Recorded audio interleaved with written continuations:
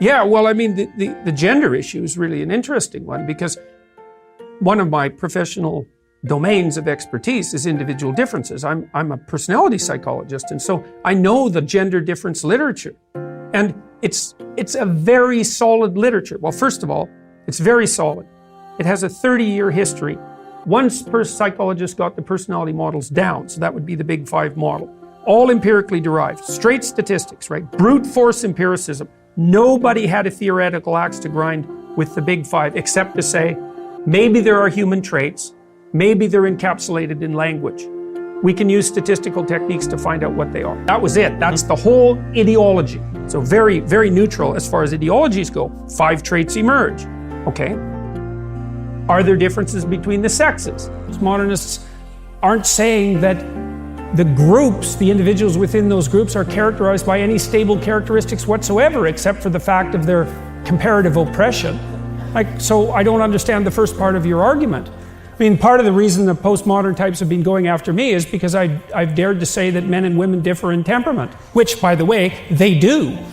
So that's actually something that might be worth just differentiating quickly, because it's actually technically somewhat challenging, but also very much worth knowing. I was debating someone on a panel this morning on a TV show, The Right Stuff. And this was a woman who led the Women's Equality Party, and she cited some psychological literature that purported to claim that men and women were mostly the same. And that's actually true. We are more the same than different. If you look at our temperaments, there's more overlap than there is variance by a substantial amount. Well, are there differences between men and women? That'd be the first pretty simple question. And the next question would be, if there are differences, well then why do those differences exist? But you don't have to get to that to begin with. You can just start with, are there differences? And the answer is, yes, there are differences. And I'll tell you what they are, what we know so far. So by far the biggest differences are in extroversion or agreeableness and neuroticism. And the biggest difference is actually in agreeableness. And so the difference is roughly this.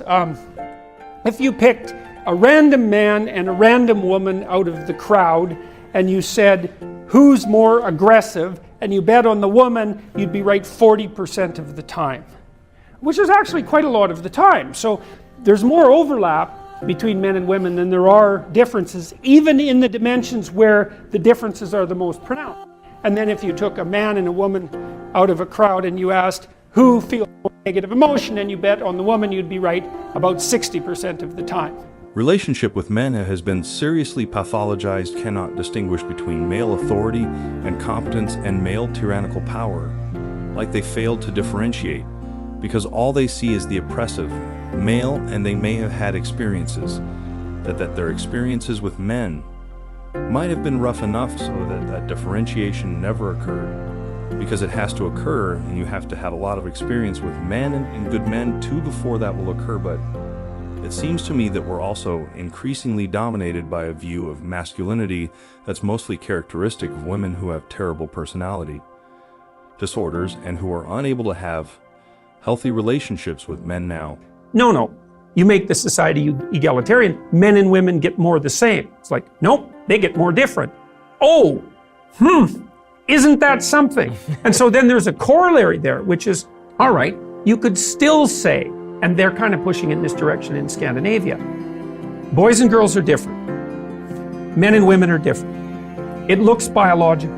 But because people are malleable, you could push the socio-cultural structure harder and harder to minimize the biological differences. Okay, well, first of all, maybe and maybe not. Maybe you'd get a rebound and they'd get even, like, the kids would rebel. That could easily happen. But let's say, okay, you could.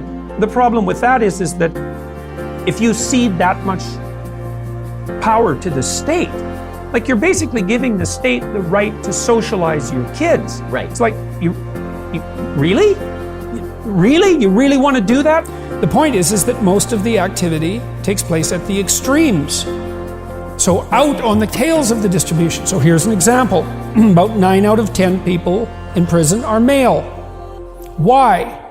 Because to be in prison you have to be the most aggressive person, let's say in 100. Okay, those differences at the midpoint are large enough so that if you go out to the extremes, 1 in 100 people, you have an overwhelming preponderance of men. And so you can have your cake and eat it too. You can say, well, yeah, broadly speaking, men and women are more the same than different. The overlap is greater than the disjunction. But that's not relevant if what's being selected is often at the extremes, and it often is.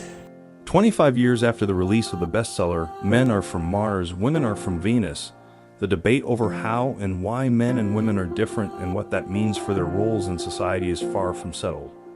A new Pew Research Center survey finds that majorities of Americans say men and women are basically different in the way they express their feelings, their physical abilities, their personal interests, and their approach to parenting. But there is no public consensus on the origins of these differences. While women who perceive differences generally attribute them to societal expectations, men tend to point to biological differences.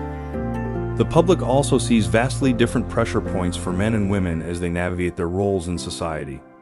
Large majorities say men face a lot of pressure to support their family financially, 76%, and to be successful in their job or career, 68%. Much smaller shares say women face similar pressure in these areas.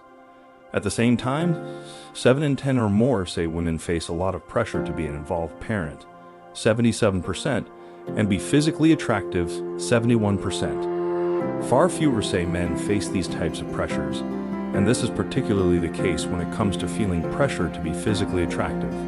Only 27% say men face a lot of pressure in this regard. Now, but here's the problem. This is something my wife has pointed out too. She said, well, men are going to have to stand up for themselves. But here's the problem. I know how to stand up to a man who's unfairly trespassing against me. And the reason I know that is because the parameters for my resistance are quite well defined, which is we talk, we argue, we push, and then it becomes physical, right? Like if we move beyond the boundaries of civil discourse, we know what the next step is. Okay, that's forbidden in discourse with women. And so I don't think that men can control crazy women. I really don't believe it. I think that they have to throw their hands up in it's not even disbelief. It's that there's no step forward that you can take under those circumstances, because if the man is offensive enough and crazy enough, the reaction becomes physical right away, or at least the threat is there. Is the idea that the individual should be sovereign. Mm-hmm. And so I think the culture war is about what's the proper framework within which to view human identity, and what's the relationship between the individual and the group in relationship to that identity. Yep. And the leftist answer is, it's all group and it's all power. It's like, okay. And the sociocultural types, the social constructionists, their prediction is, as cultures become more egalitarian, men and women become more different, more the same, because it's environmental. That isn't what happens.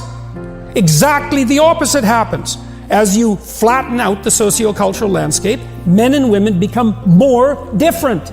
The data is in. The experiment is done. Tens of thousands of people, multiple countries. And it's not what anyone expected. And you might think, well, it's all the right-wing psychologists. It's like, all the right-wing psychologists are in this room, sitting in this chair.